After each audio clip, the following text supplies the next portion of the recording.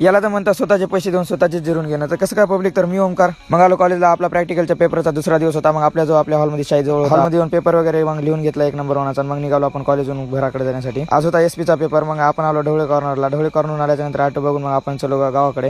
आज गावातली जत्रा असल्यामुळे आपल्याला जावं लागले गावाकडे लवकरच होणार. मग आलो घराकडे आल्याच्या नंतर बॅग वगैरे ठेवून मग आपण निघालो शिवापासून. आपल्या संघ होते शिवा, गजू. मग आले आपण पिरापची जिथे जत्रा आहे तिथं.